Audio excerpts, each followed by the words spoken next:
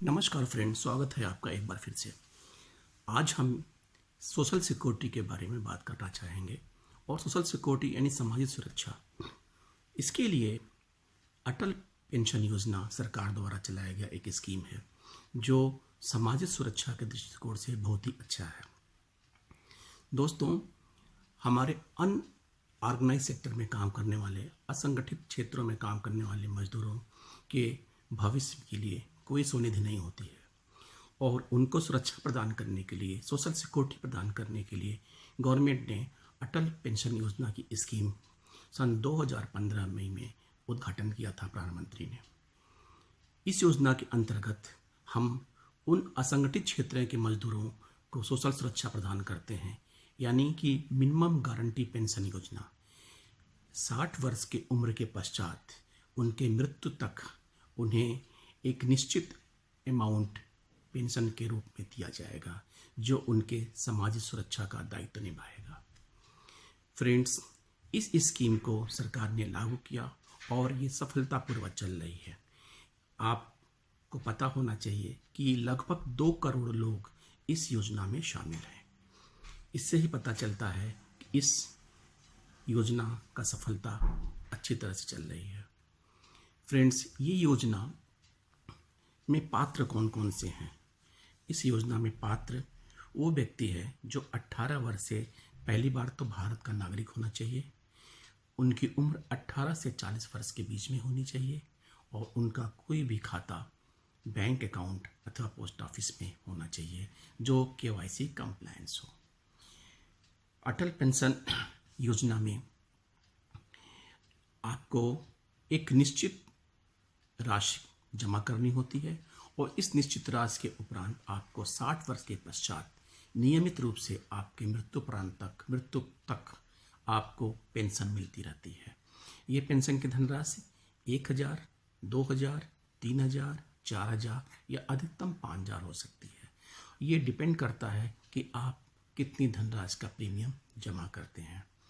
और इसके लिए अंक तालिका बनी हुई है कि आप अगर 18 वर्ष के हैं, यानी कि मिनिमम 42 रुपये से लेके मैक्सिमम 210 रुपये की रेंज में आप पैसा जमा करते हैं तो आप कम से कम 1000 रुपये अथवा अधिकतम 5000 रुपये का पेंशन पाने के हकदार होंगे।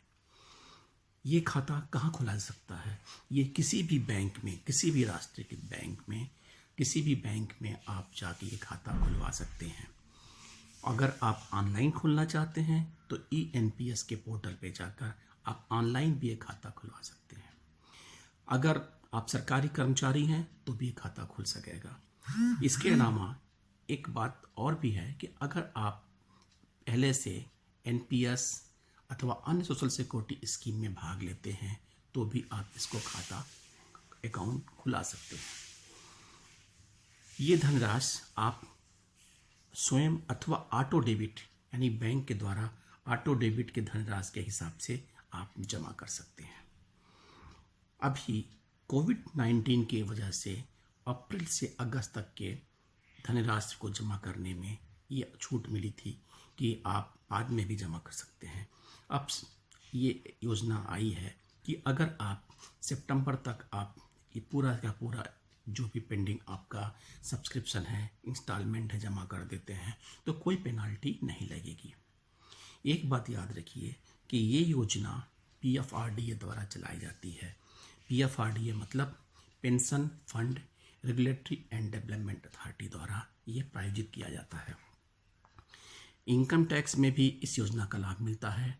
80 CCD 1B के अंतर्गत आप इसमें आप छूट पा सकते हैं। ये छूट 80C 1.5 लाख के अलावा प्राप्त होती है।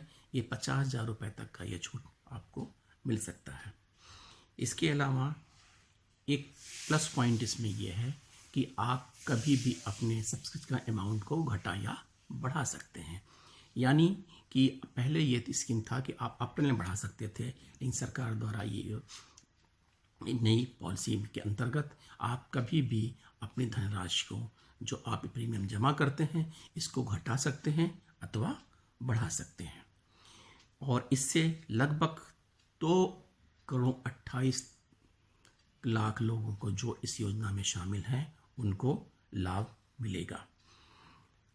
आप इस सोशल सिक्योरिटी के स्कीम से आपको एक निश्चित धनराशि आपको मिलती रहेगी और इस निश्चित धनराशि से आपका सोशल सिक्योरिटी यानी कि आप एक उम्र के बाद से जब आप काम करने लायक नहीं रह जाएंगे तो आपको ये सुविधा मिलती रहेगी।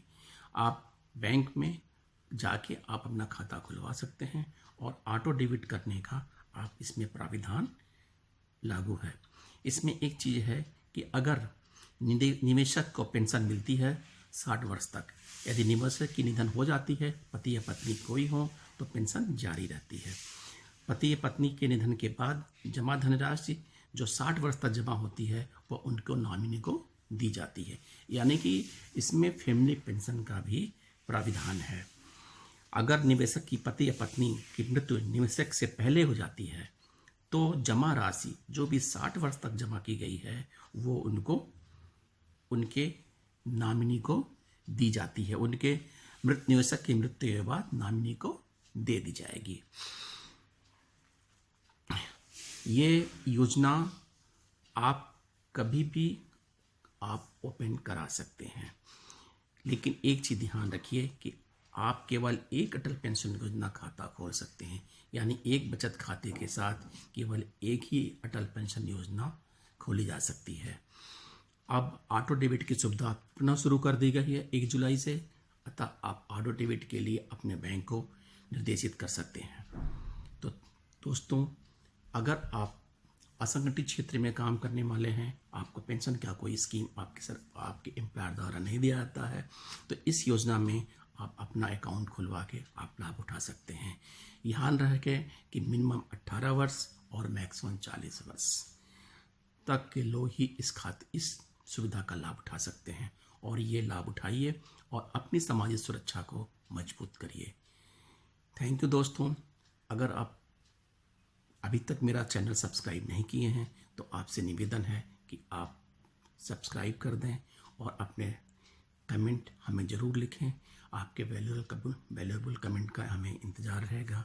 Thank you friends, thank you.